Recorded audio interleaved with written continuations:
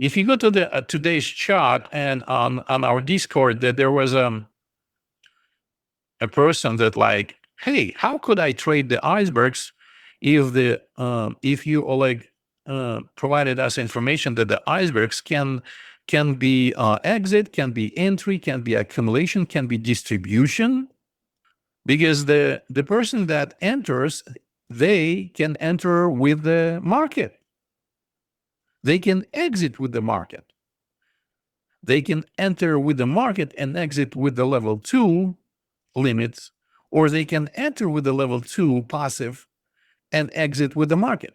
Is that who prohibit them to do that? No one. And who prohibits some players to hedge? No one.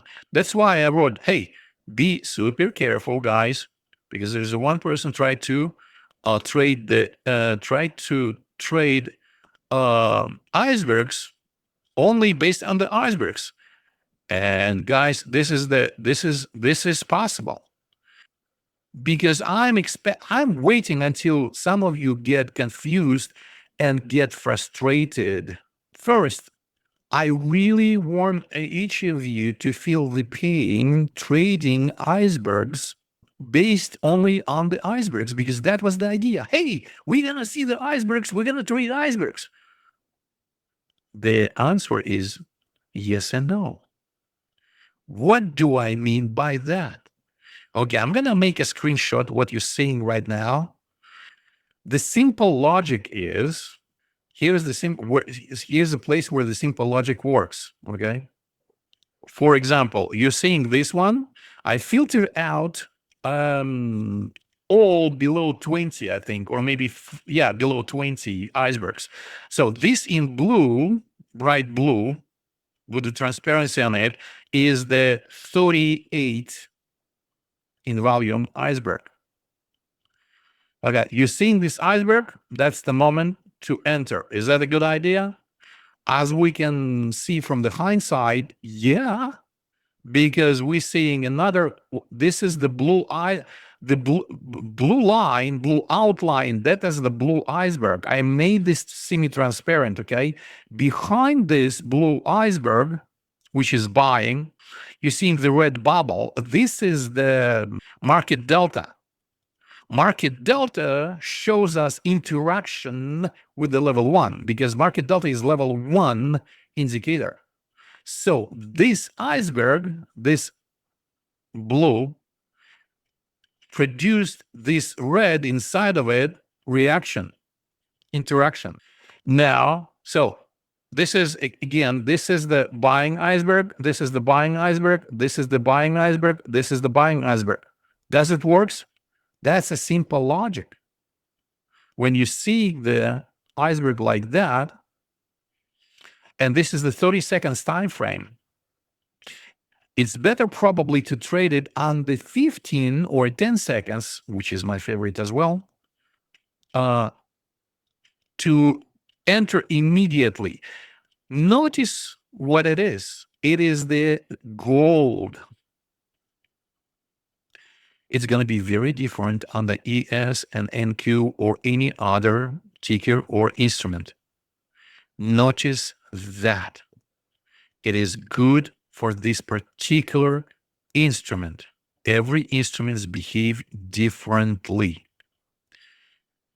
How long does it took you to learn how to use the footprint, bid and ask and delta and all of that things by looking at the footprint? Probably 3, 4, 5, 6 months, until you eyeball it enough to understand patterns like this rotation or this pullback, which is my favorite pullback, by the way.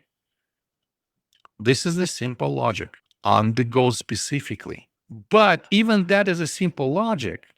Simple logic on some instruments, not on all of them, don't apply it everywhere, will work. And this is a great example of it.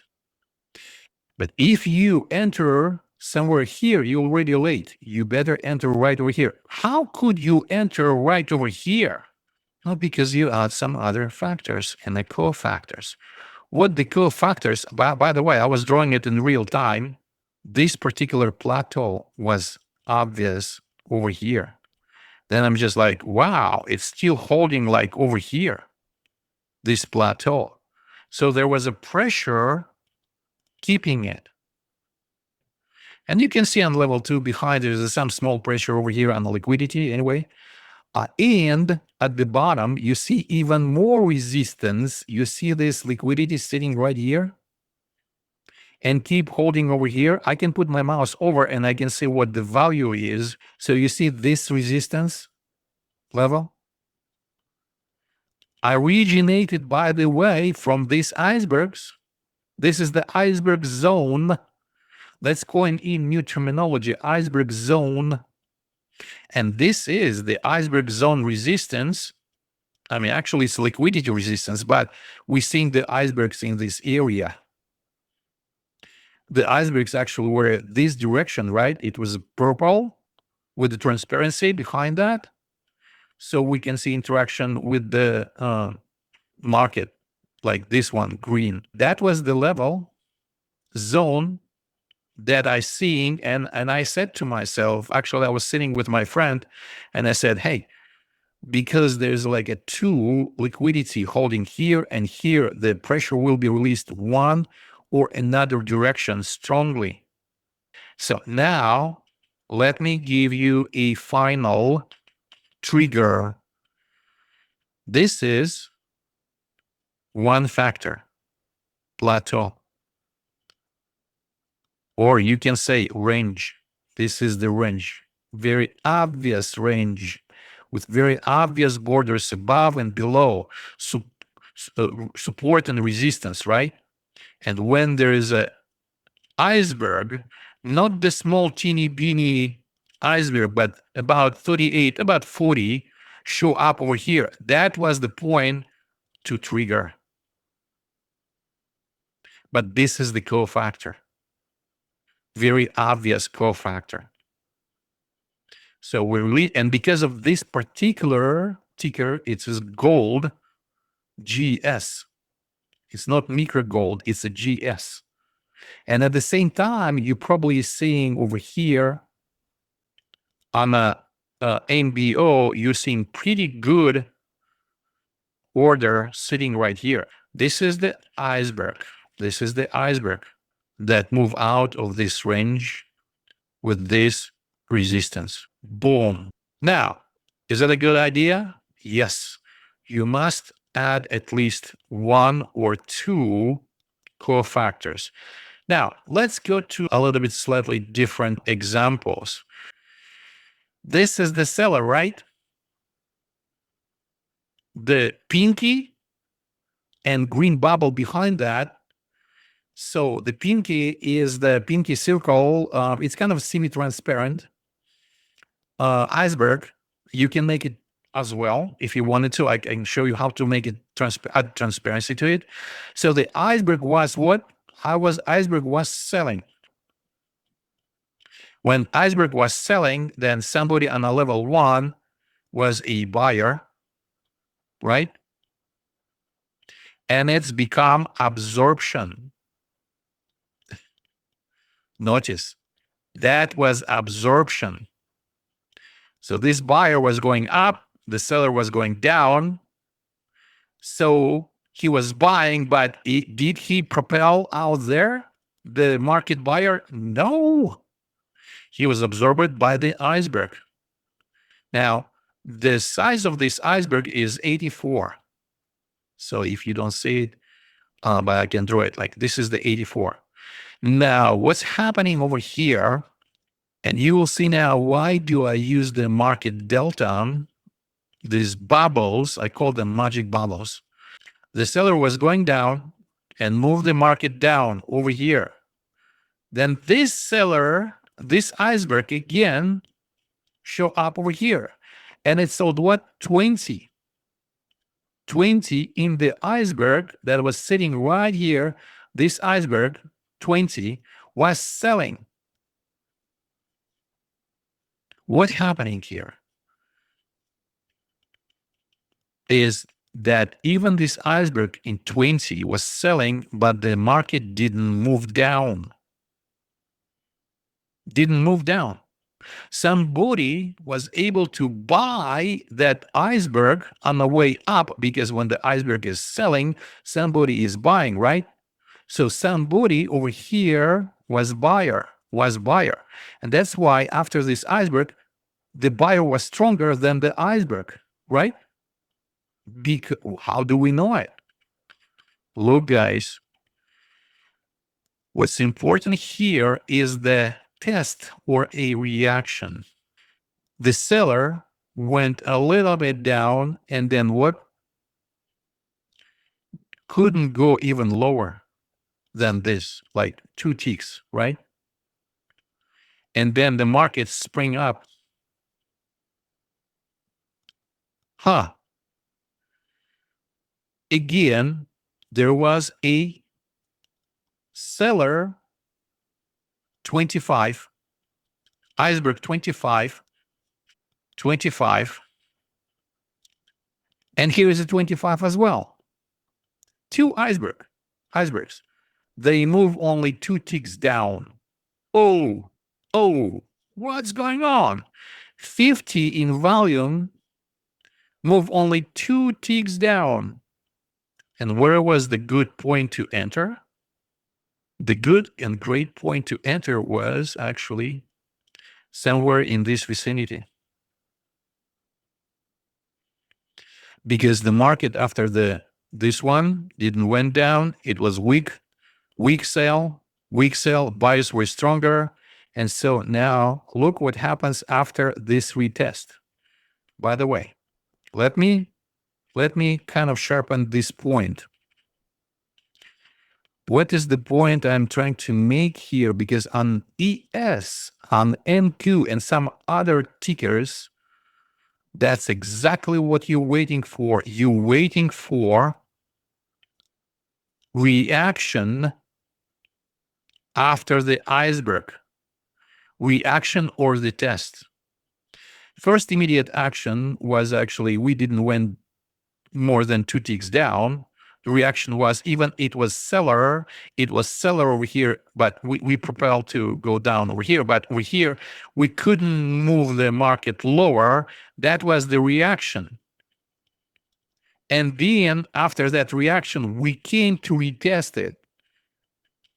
And make a note, if on other tickers, it's much more often the price will go up and then it will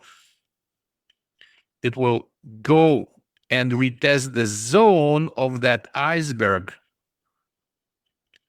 That is the point of reaction resistance. Then it's a good idea to go in. Imagine if you actually bought it somewhere here or even here, and what happens with you? How many ticks did you got? 1, 2, 3, 4, 5, 6, 7, 8, 10, 11, 12, 13, 15 ticks. You can get a guaranteed 15 ticks. Next point, wait for reaction from the iceberg zone. And the color of the iceberg doesn't matter. Again, the color of the iceberg doesn't really matter. If you learn how to trade without the color of the iceberg, but make it gray, and you learn yourself, oh, on an ES or NQ, I need to wait for the reaction. You will no longer ask me questions. You will know how to distinguish where to enter without the color of the iceberg. Now, I'm going to make next point. The next point is, why do you see that I added here a liquidity map? Because liquidity, obviously, somebody sitting here is significant. What was that? It was like 38. Okay, this is even bigger than this iceberg. Okay, that was 32. Right now it was 30. Okay, 30. Okay, so that was 22. Okay, it was 36. Over here, there is some liquidity that sits here. You have to decide if the hands of the sellers get weaker, then even small liquidity may be a cause for a reaction. Look at these bubbles. This is a really incredible help for me. I mean, just like absolutely incredible. Look at these bubbles. What are these bubbles for? You see that when the price reacted from the zone of that seller iceberg, you see these bubbles? We have fair value gap. You see, this is a small, teeny bubble, small, teeny reaction because there is nothing to react from. Nothing was against movement on the way up. No sellers. This is, if you take a look at the candle, you will see the fair value gap right over here. The orders were made only it's one directional, only buyers, and then no sellers over here. Like over here, there's no seller on this tick, zero, like zero zilch. On this tick, zero zilch. On this tick, there's like a one small teeny seller, maybe very small, but the buyers were like larger and they propel larger bubbles. This is indication of the impulse. This is the indication who is actually stronger. This is, you see the bubbles from teeny to larger. There's no bubbles. Larger. That means somebody needs to absorb those bubbles on the level 2. But there were not too much resistance. So this is the impulse. So bubbles is level 1, right? And somebody on level 2 is supposed to resist them, but no resistance on level 2 here, while those guys were sellers. We already came to the conclusion that it doesn't matter what color of that, if they were sellers or not. But no resistance on the way up. That was the impulse, clearly impulse. This impulse quite often shows the direction where the market gets stronger hands, and they clearly demonstrated to us that the stronger hands now, after this period of time, is actually we're moving up. The impulse showing us the trend direction and who is stronger. And this is 30 seconds time frame, by the way, on the gold. So what happens after that? The stronger hands actually decide to take a break. And what they decide to are quite obvious. They wanted to, because that was fair value gap, right? It's a gap of the fair trading. It was unfair trading. It is one-sided trading, only going one direction up, no sellers. So usually after that, price is coming back into this region. Not always, but quite usual. But we already know that there is some sellers or whatever who were acting strongly acting right over here. Strong actors, intentional actors we're seeing here. That's why I draw this kind of like a zone that is probably going to be a resistance, and it become a resistance. Now, so the price is actually, what's the price is doing now? We came into this zone, fair value gap, fill it in and trade it up and down, up and down. Now it is the fair trading indeed. Okay, it's a thorough trading up and down, up and down. Usually when I see the long range like that, I know it is accumulation. So let me give you my spiel, because this is my ideology, philosophy. I believe nobody wanted to go that fast. Nobody wanted to go that far. It is not really a good intention for anyone to go that fast. They don't want it to.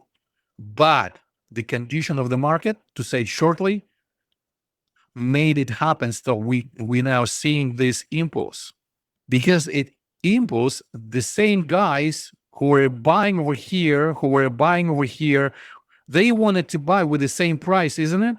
It is advantage for them to kind keep going, but reaccumulate about the same level. That's why there is a range over here. So the price returned back. They just give up, not to go higher. They give up. They give the market to slide down into this area and then start to accumulate, right?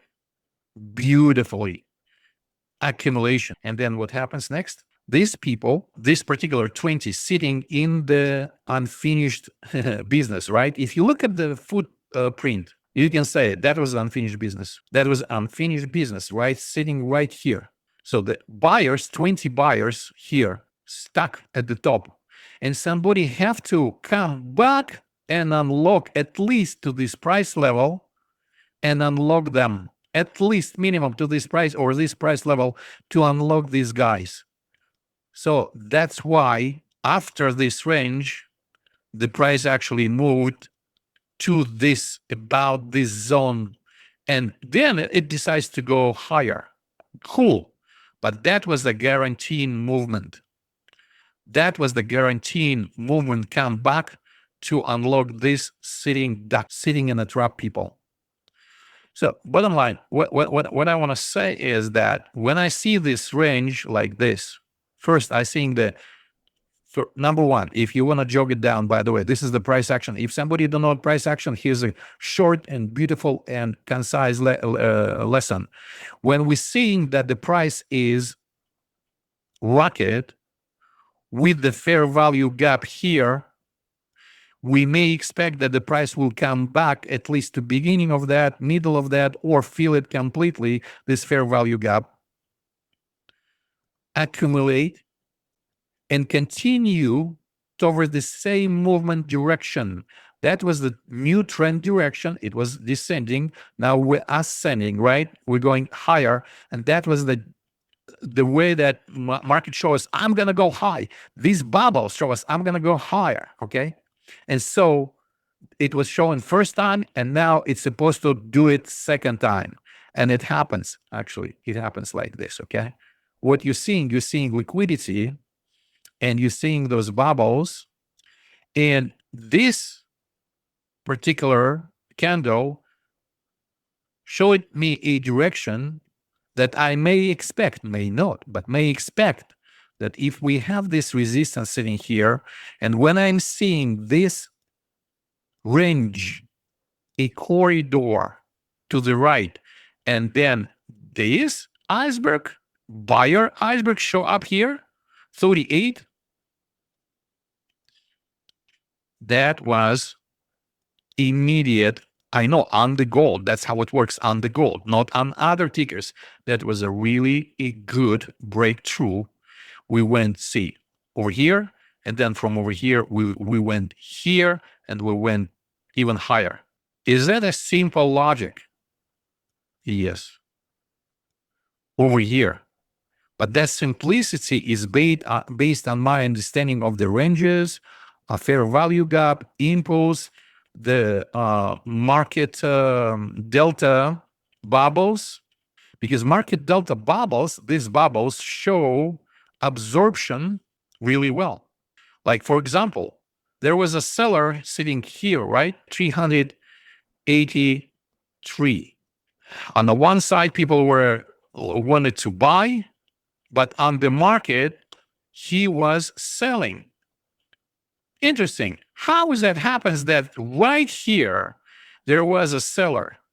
How is it happens? What kind of moron was selling over here? But doesn't matter. That was a resistance. And we're seeing with the red bubble, we're seeing absorption. What was absorption? It was the level 2 order was absorbed by the market. Market wanted to sell here, but it didn't. The reaction after the sale didn't happen to go lower. Again, the next point. Quite often, we need to distinguish when a large event in blue, it is the buyer's iceberg. In red, it is the seller buy market. When there's a huge cluster fight happens in a particular spot of price, then we need to always analyze the reaction from that location, okay, from that interaction. Is there the reaction like this? Or there is a reaction like that? And quite often, it doesn't matter color of the iceberg or color of the bubble, red or green. You know, there's a huge fight happens here. But what's most important for us, who is stronger? Who is stronger? 383 seller volume right here. Dude, I can't believe it. And they couldn't move the market down. So the point to tattoo on your left hand or on the right hand, I don't know, maybe on the forehead, the reaction of the event, not the color of the event. And this will set your mindset in the right way. So you're not going to trade basically on the some triggers to buy or some triggers to sell. You will trade based on the event reaction. And this is really the key on the ES and the NQ. And only after the reaction, join the movement. So what do we have on this chart? We have liquidity, right? Levels, liquidity levels. We have immediate situation. What's liquidity on the DOM, right? Immediately right over here. Okay, are they immediately, because like, it's actually the lesson on its own. When the event happened, right? Like this buyer, iceberg buyer went here, and here you see continuous support on the DOM. This is like double signal, guys. If there is like nothing over here, like over here is nothing, then it's a weaker signal. But if there is a immediate support, like you see this immediately still leftovers on that level sitting here and supporting, if the price may come down, it will bounce. That is a stronger point. I hope you guys taking the note. This is the bubbles, right? I call them magic bubbles. It is the market, market delta and T. It is from the ledger, and this is the heat map. You can use it from the ledger, or you can use it from the DOM, past DOM, whatever heat map you like this one. And what else? The icebergs and the DOM 2, our advanced MBO DOM now. That's what you see right here on this map. What else you can put there? You can put the footprint as well, because footprint will be okay. You can put the candles, but as you can see now, there's no candles. It's simply a simplified version of the chart, so you can see interactions. You can see this small teeny, like this teeny bubbles, and you can understand, there was a very small teeny orders, but it's like fading away. Like, for example, like that was the large bubble and that was a small bubble. Okay, so these guys are dying. These guys are dying, and the buyer's taking over right over here. Or like you see that these bubbles are small bubbles, small bubbles, small bubbles, small bubbles, small bubbles. They're not really like these three small bubbles. They're not making the real impact. It is what it is. What is this range is? This range is building internal liquidity. Like you see this, that's what it's doing. That is what it's doing. And it's changing the hands from the sellers to buyers. And any reversal like this figure demonstrated that quite often the hands are changing. They can't change immediately. They're usually changing through the range, and they're building this internal liquidity. And then gold, the favorite gold behavior is actually come over here, build this range, and then go down even lower than this point, by the way, and go like that. And this is the safest. It's a fourth phase of the Vikov, and this is the safest place to enter and keep continuing. This is what gold love.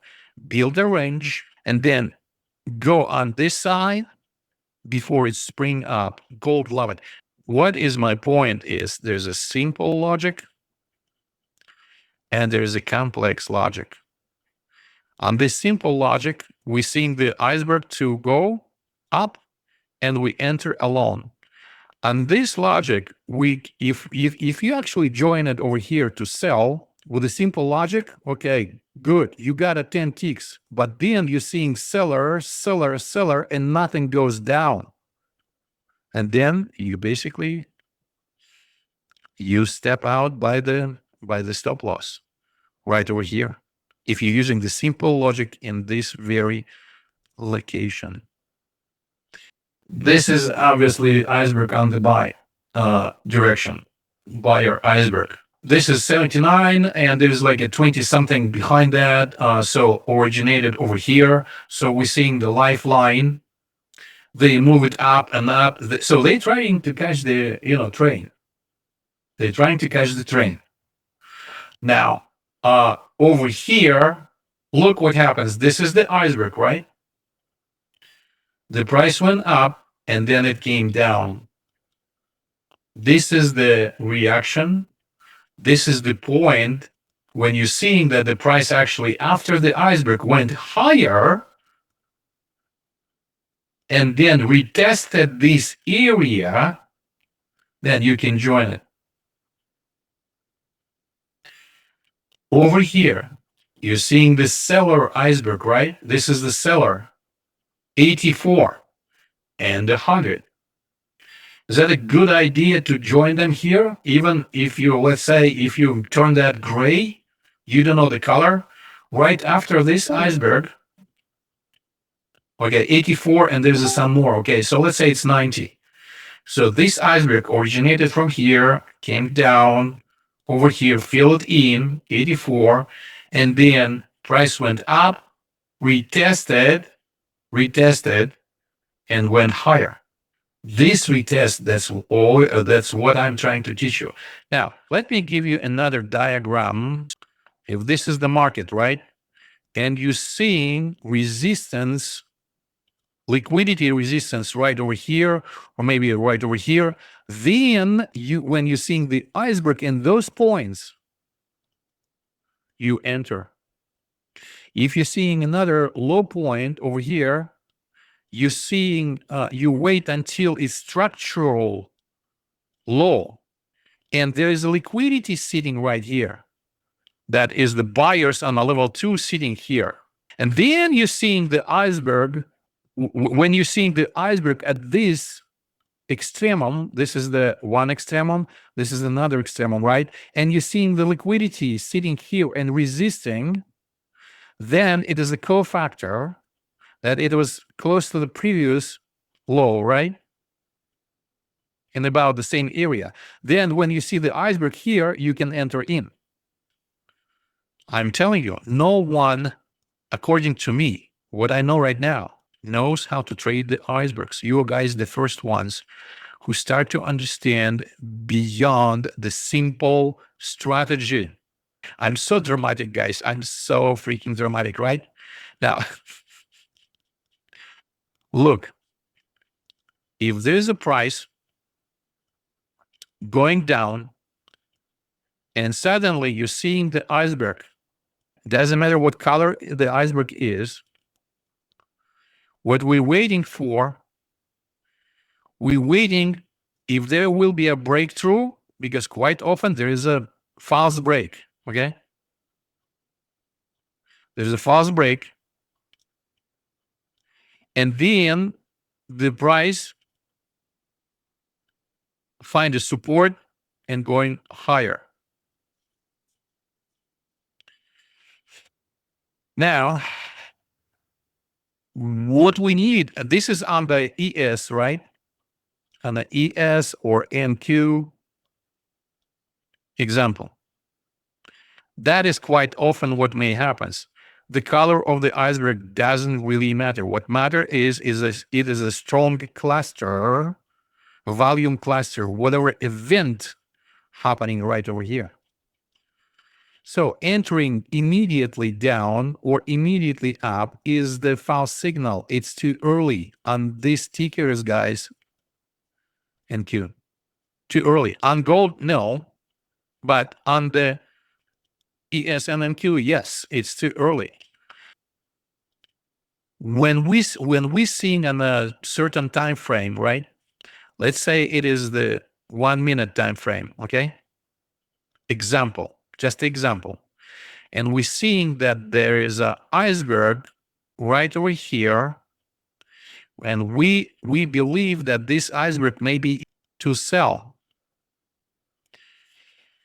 We need to watch on smaller time frame, or let's say on a smaller candles, on a smaller time frame. So this one is the larger time frame, and this one is a smaller time frame, or let's say it's a smaller, it's just like smaller noise, this smaller noise.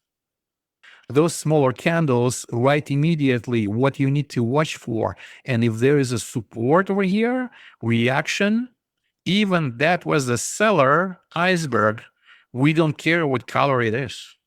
We're seeing the reaction after that iceberg, and then we're joining the journey. Like over here, by the way. Beautiful. See, this is 30, this is 14 on sale.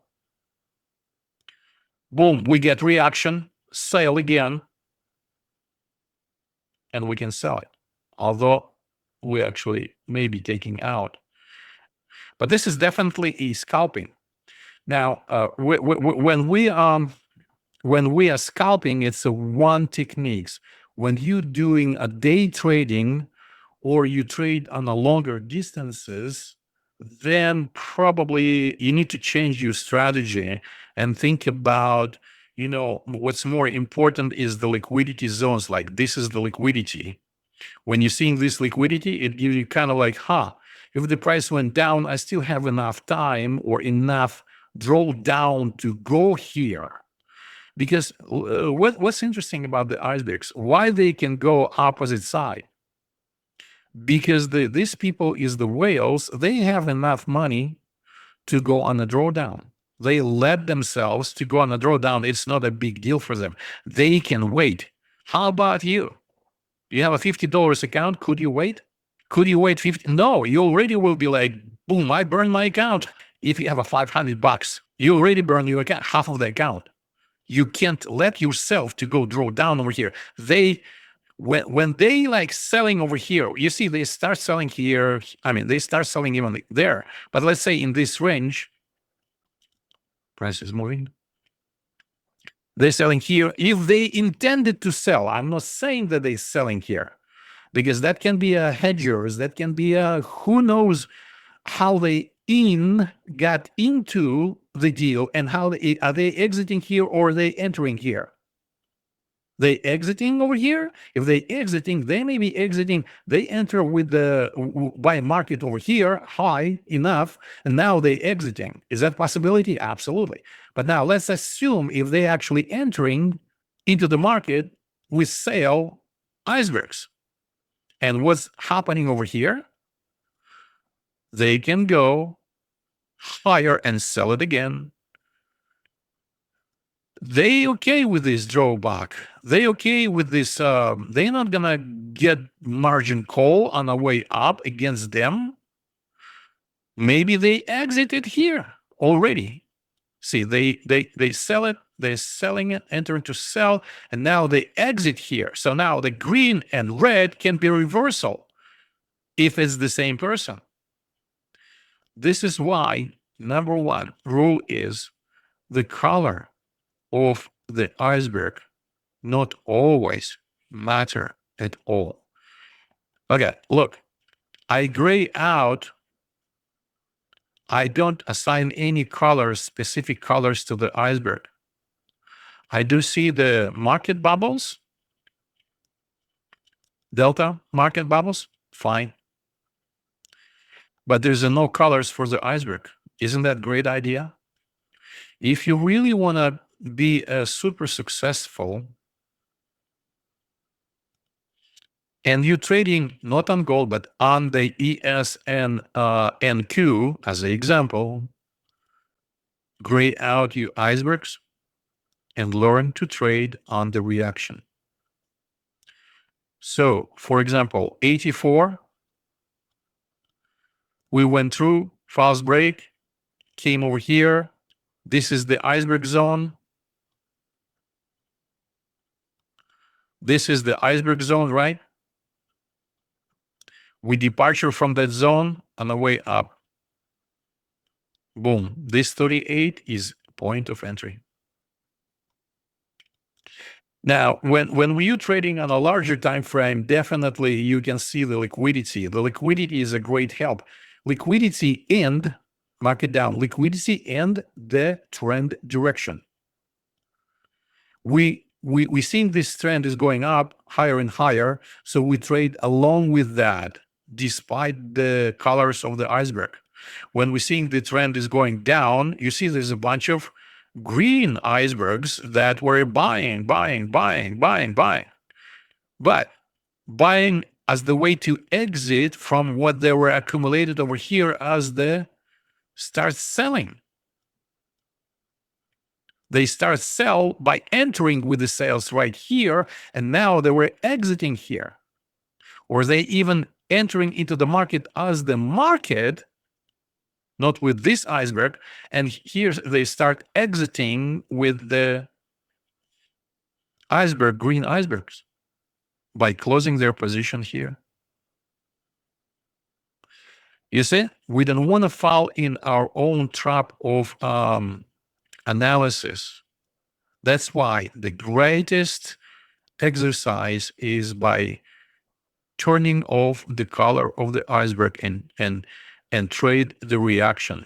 We're seeing this is the iceberg zones, which basically a cluster zones for us, right? We're seeing it right here, right? First, and then we see a reaction over here. Then we have we're seeing this zone here, and we get the reaction over here. What's matter to us, if we're in a larger time frame, the reaction from that zone, not the colors, because the colors were a seller, kind of like a selling icebergs, but maybe that was a way to in to the market with the selling here. That's what we have no idea, and we don't need to know. We need to see the reaction. So reaction is what's matter.